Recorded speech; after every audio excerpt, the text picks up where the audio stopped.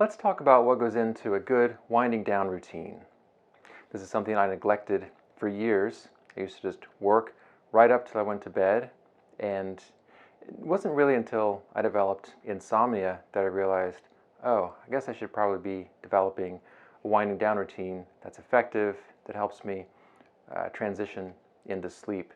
Now, the routine part of it is really important. So you can think about, babies, when we're getting them ready for bed, usually we'll have a routine that involves like giving a bath, reading a story, singing a song.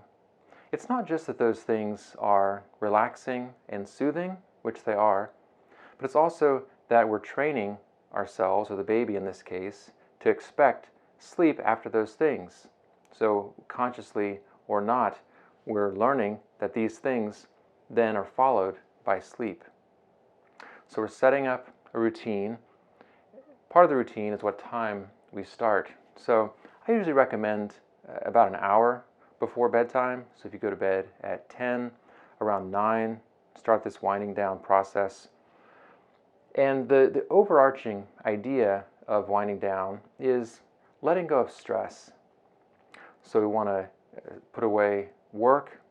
We want to avoid certain types of stimulation, whether books or movies or family members or any sources of stress that can kind of turn on our fight or flight system, which is really the enemy of sleep. So we're reducing stress. Part of the stress can be the stress of being plugged into our electronics.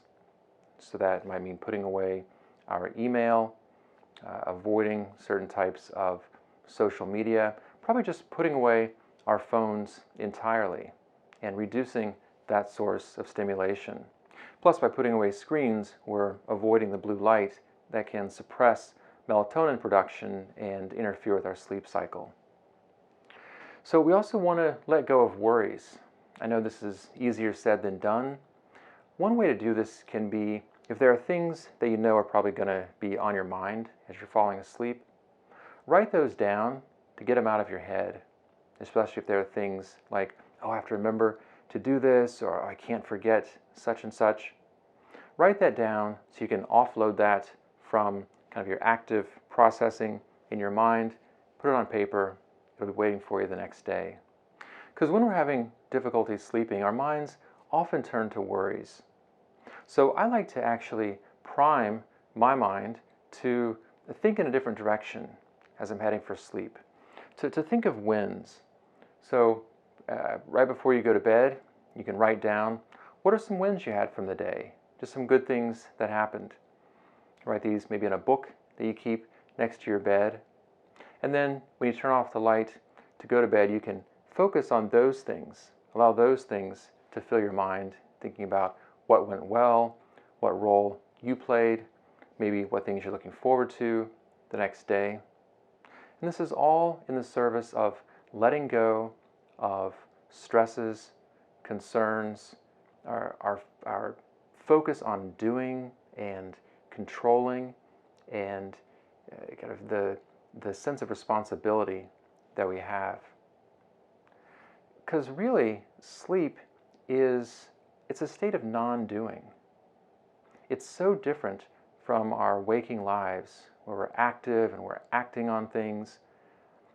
We're letting go of all those things and moving into this state simply of being in bed, of being restored.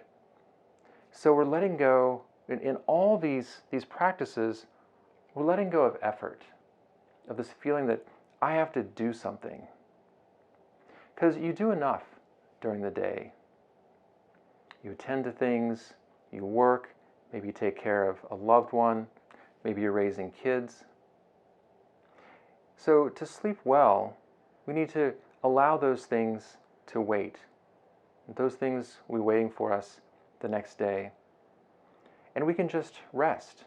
We can truly rest knowing that we don't have to do anything. So that's really what a winding down routine is about. It's transitioning from activity to letting go of that activity and allowing ourselves to ease into that state of resting, sleeping, waking up, refreshed for another day. So let me know if you like how your winding down routine is working. Thank you for watching.